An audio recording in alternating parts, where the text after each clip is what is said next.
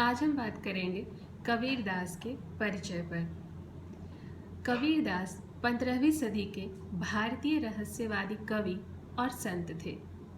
कबीरदास के जन्म स्थान के बारे में विद्वानों में मतभेद है, परंतु अधिकतर विद्वान इनका जन्म काशी में ही मानते हैं, जिसकी पुष्टि स्वयं कबीर का यह कथन करती है।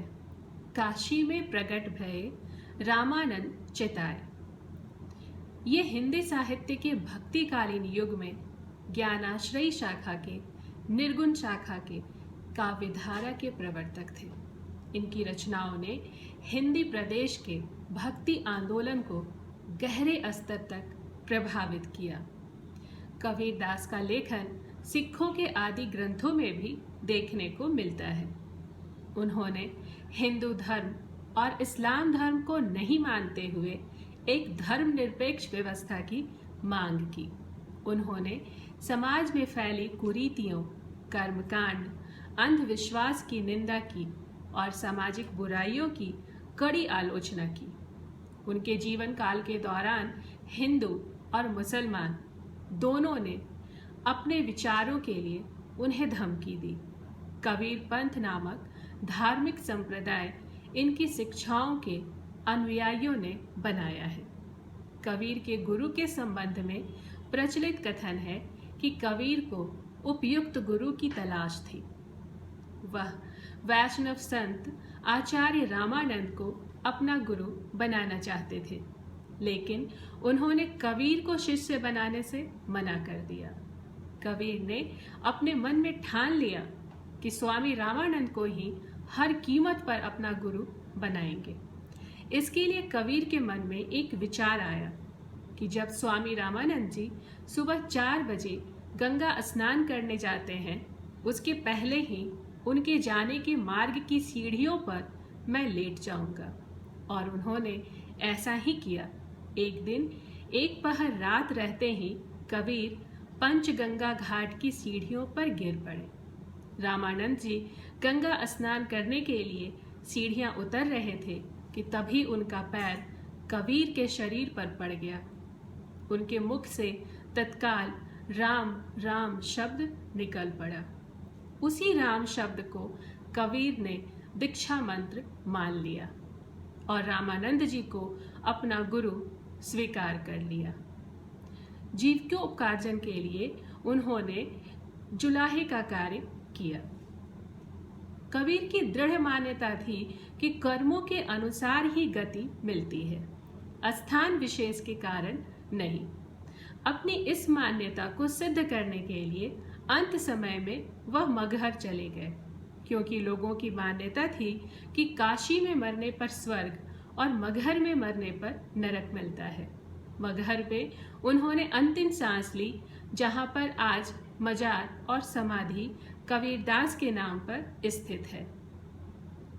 कबीरदास की भाषा सधुक्कड़ी और पंचमेल खिचड़ी है। इनकी भाषा में हिंदी भाषा की सभी बोलियों के शब्द सम्मिलित हैं। राजस्थानी, हरियाणवी, पंजाबी, खड़ी बोली, अवधी, ब्रज भाषा के शब्द बहुलता में मिलते हैं।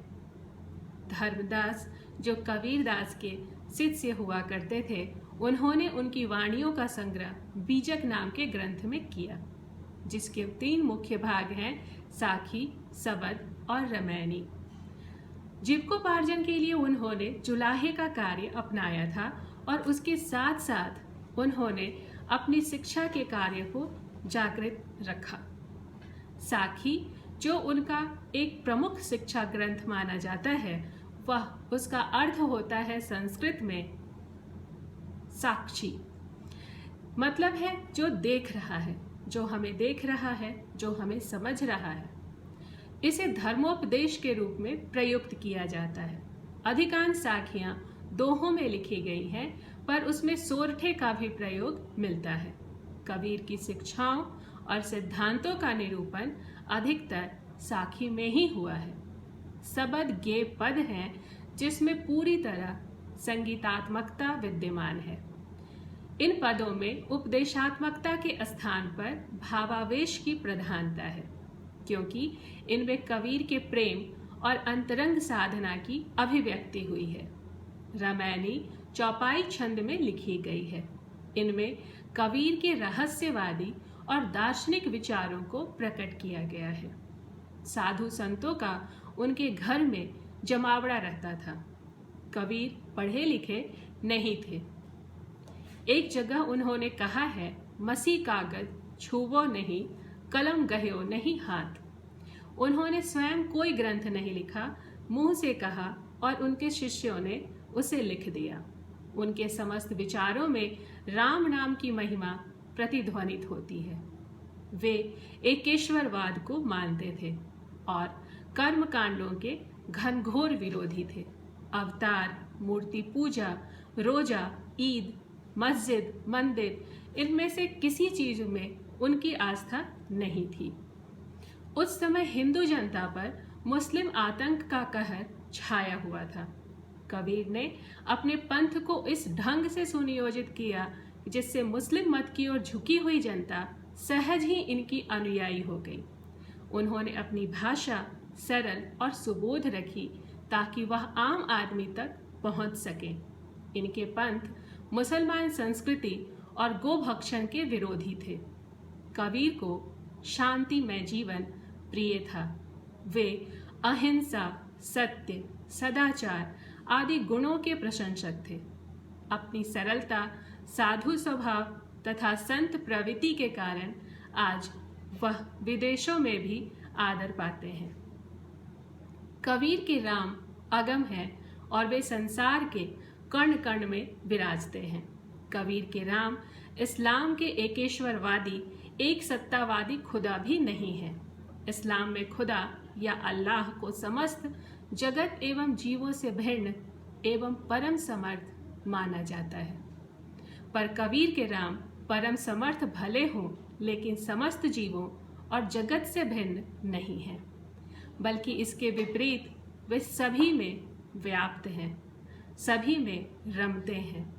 कबीर राम के किसी खास रूप, आकृति की कल्पना नहीं करते, क्योंकि रूप और आकृति की कल्पना करने पर राम एक निश्चित ढांचे में बंध जाएंगे, जो कबीर को किसी भी हालत में मंजूर नहीं है। कबीर राम की अवधारणा को एक भिन्न और व्यापक स्वरूप देना चाहते थे। इसके कुछ विशेष कारण थे जिसकी चर्चा हम बाद में करेंगे। इसके बावजूद कबीर राम के साथ एक व्यक्तिगत पारिवारिक किस्म का संबंध जरूर स्थापित करते हैं। राम के साथ उनका प्रेम उनकी अलौकिक और महिमाशाली सत्ता को एक क्षण भी भुलाए बगैर सहज प्रेममय मानवीय संबंधों के धरातल पर प्रतिष्ठित है। कबीर नाम में विश्वास रखते हैं, रूप में नहीं। भक्ति संवेदना के सिद्धांतों में यह बात सामान्य रूप से प्रतिष्ठित है, नाम रूप से बढ़कर है। कबीर ने इस सामान्य सिद्धांत का क्रांतिधर्मी उपयोग किया है। कबीर ने राम नाम के साथ लोकमानस में शताब्दियों से रचे बसे राम को अपना बना लिया है। कबीर के राम निर्गुण सगुण के भेद से परे हैं। वास्तव में उनके राम शास्त्र, अवतार, सगुण और वर्ण व्यवस्था से भी परे हैं। निर्गुण राम शब्द का प्रयोग उन्होंने इस तरह किया है, निर्गुण राम जपहु रे भाई। इस निर्गुण शब्द को लेकर भ्रम में पड़ने की आवश्यकता नहीं है। कबीर का आशय इस शब्द से सिर्फ इतना है कि ईश्वर को किसी नाम, रूप, गुण, काल आदि की सीमाओं में बांधा नहीं जा सकता है। जो सारी सीमाओं से परे है और फिर भी सर्वत्र है, वही कबीर के निर्गुण राम है। इसे उन्होंने रमता राम नाम दिया है। अपने राम को निर्गुण विशेष बताने के बावजूद वह उनके साथ मानवीय प्रेम संबंधों के रिश्ते की बात करते हैं। कभी वह राम को माधुर्य भाव से अपना प्रेमी या पति मान लेते हैं, तो कभी दास्य भाव से स्वामी। कभी कभी वह राम को वात्सल्य मूर्ति के रूप में मां मान लेते हैं। और खुद को उनका पुत्र। निर्गुण निराकार ब्रह्म के साथ भी इस तरह का सरल सहज मानवीय प्रेम कबीर की भक्ति की विलक्षणता को दर्शाता है। यह दूसरों के लिए दुविधा और समस्या हो सकती है, लेकिन राम के साथ कबीर का मानवीय संबंध, उनका प्रेम, यह पूरी दुनिया से हटकर है। वह कहते हैं, संतो धोखा कासु कहिए, गुण में निर्गुण निर्गुण में गुण, बाट छाड़ी क्यों बहसिए। प्रोफेसर महावीर सरल जैन ने कबीर के राम एवं कबीर की साधना के संबंध में अपने विचार लिखा है कि कबीर का सारा जीवन सत्य की खोज तथा असत्य के खंडन में व्यतीत हुआ है। कबीर की साधना मानने से नहीं, जानने से आरंभ होती है। वे किसी के शिष्य नहीं, रामानंद द्वारा चेताए हुए चेला हैं। उनके लिए राम रूप नहीं है, दशरथ के राम नहीं है, उनके राम साधना के प्रतीक हैं। उनके राम किसी संप्रदाय, जाति, धर्म के सीमाओं में कैद नहीं है, प्रकृति के कण कण में, अंग अंग में रमण करने वाले राम हैं। वे अलग हैं, अविनाशी हैं, परम तत्व हैं। उनके राम मनुष्य और मनुष्य के बीच किसी भेदभाव के कारण नहीं है। वे सिर्फ और सिर्फ प्रेम तत्व के प्रतीक हैं। भाव से ऊपर उठकर महाभाव हैं, प्रेम है, आराध्य है। कबीर कहते हैं, प्रेम जगावे विरह को, विरह जगावे पीयू, पीयू जगावे जीव को, जोई पीयू सोई जीव। जो पीयू है वही जीव है। इसी कारण उनकी पूरी साधना हंस उबारन आय की साधना है। इस हंस का उबरना पोथियों के पढ़ने से नहीं हो सकता, ढाई आखर प्रेम के आचरण से हो सकता है। धर्म ओढ़ने की चीज नहीं है, जीवन में आचरण करने की चीज है। उनकी साधना प्रेम से आरंभ होती है। इतना गहरा प्रेम करो कि वही तुम्हारे लिए परमात्मा हो जाए। उसको पाने की इतनी उत्कंठा हो जाए कि सबसे वैराग्य हो जाए, विरह भाव हो जाए। तभी उस ध्यान समाधि में पीयू जागृत हो सकता है। वही पीयू हमारे अंतर मन में बैठे जीव को जगा सकता है। वही जब हमारे अंदर जागेगा तब हमें संसार से प्रेम हो जाएगा और सारा अहंकार, सारा द्वेष हमसे दूर हो जाएगा और इस महाभाव से संपूर्ण संसार प्रेममय हो जाएगा। कबीरदास की यही शिक्षा है। सूरज चंद्र का एक ही उजियारा, यह यही परसा ब्रह्म पसारा। जल में कुंभ, कुंभ में जल है, बाहर भीतर पानी। फूटा कुंभ, जल जल ही समाना, यह तथ्य कथौ ज्ञानी। वह कहते हैं कि बाहर और भीतर दोनों जल है। जल में कुंभ है, कुंभ में जल है, बाहर भी पानी, भीतर भी पानी।